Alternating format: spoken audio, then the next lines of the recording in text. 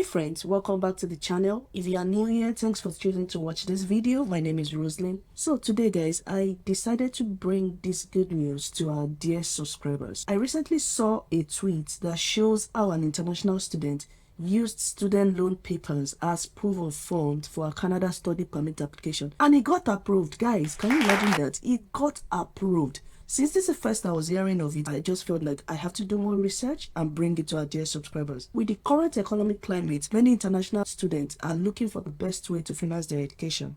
In this video, we'll look at the financial institution that offers student loans to international students. So stay tuned, guys.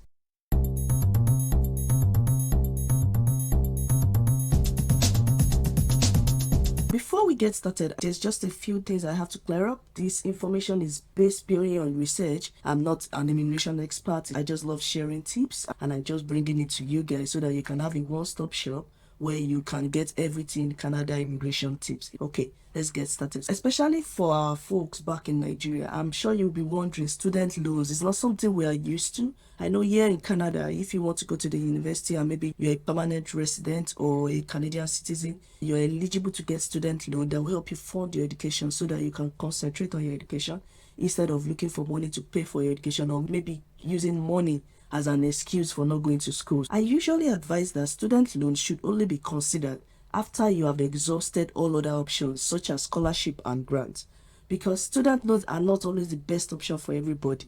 So it is important to do your research before applying, because you could face significant financial penalties if you cannot repay them. That's just the caveat I want to put. Student loan is an alternative way to get your education funded. It becomes the only option after you have exhausted every other option. Today, we'll be looking at that particular financial institution that I saw in the tweet. The name is Mpower Finance. Their website is mpowerfinancing.com. The first thing I'd like us to look at is who is eligible to apply. So if you scroll down the website, you will see the people that are eligible. An undergraduate or graduate student within 2 years of graduating or about to begin a 1 year, 2 or 2 year program. So you can see that if you're an undergraduate or a graduate student, you get to apply. You can apply for this loan. An international student, DECA recipient, a US citizen, asylum seeker, you have to be admitted or attending one of the 350 approved schools. In a minute, we'll look at the colleges that are available. What's the process of applying for the loan? So the first thing you are supposed to do is check your eligibility. So if you fall under any of this category up here, then you can move on to the next one, which is your online application. And guys, see, they say it's even under 30 minutes. If you have met the eligibility requirement here, then you receive a conditional offer. Maybe they will ask for more documents, the final approval, then disbursement. So what they say is you don't get the money. It is disbursed directly to your school. You don't get the money, guys. So you're not tempted to use the money for something else. Let's talk about some of the terms of the loan. I think I saw it under this heading, what makes our student loan special. So guys, keep in mind that this is not the only financial institution. I think I'm going to be doing more research and bringing and comparing these financial institutions so that you choose the best one that works for you. So one of the terms is fixed interest rate with flexible loan amount, 2,000 up to 100,000 USD. That's good. That can cover tuition, school supplies, living expenses for future semesters or past due balances.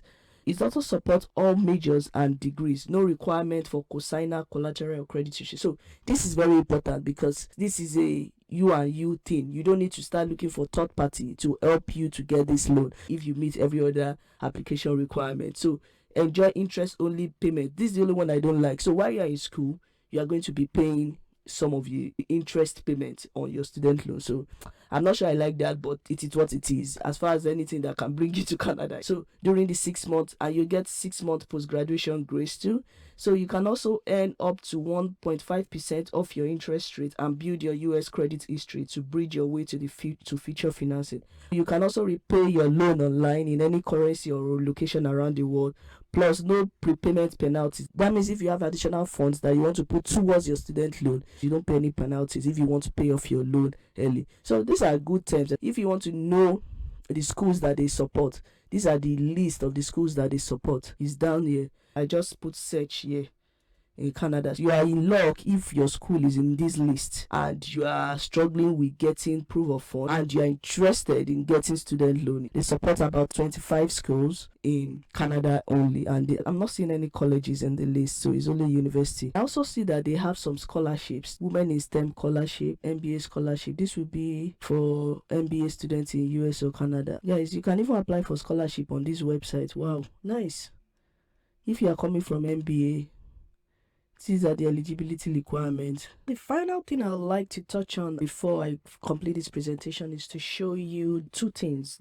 Some terms that's posted on the website and the repayment schedule. From the homepage of the website, if you go to empowerfinancing.com, if you click on, I think I went to FAQ, and you come to interest rate promotion. I think they had a promotion going on a few months ago, so I just want to read some of the terms of their interest rates. If you click on this, if you meet the eligibility requirements, you will receive the promotion rate described below. If you meet the eligibility requirements, you will receive the promotion rate described below. So keep in mind that this was posted 4 months ago. This might not be the new interest rate if you are applying now. So international undergraduate students will get 11.99% with an additional 1% for APR and 9.99% for international graduate students. That's the only place where I found interest reported on the website. Now I want to look at when do I start making payments. You can see the exact due date and amount due in your servicer portal after your first disbursement. Your first payment will be due within 21 to 60 days after your first disbursement. So if you remember earlier, I mentioned that they have interest only payments while you're in school. So I think that's why they are giving you between 21 and 60 days, your first payment must come through. You still have to have some money saved up to be able to finance this loan. That will be the end of my presentation. On a final note, I would like to say that you should think about your current financial situation and how you are able to repay the loan. There are different types of student loan available, so make sure you compare the terms and fees before signing up for one. Make sure you understand the terms of the loan, including interest rate and monthly payment. Student loan can be a costly investment, so it's important to get the best terms possible. Thanks for watching, guys, and I hope I'll see you in the next video. Thanks for being a supporter of the channel. Don't forget to like, share, and subscribe. Bye.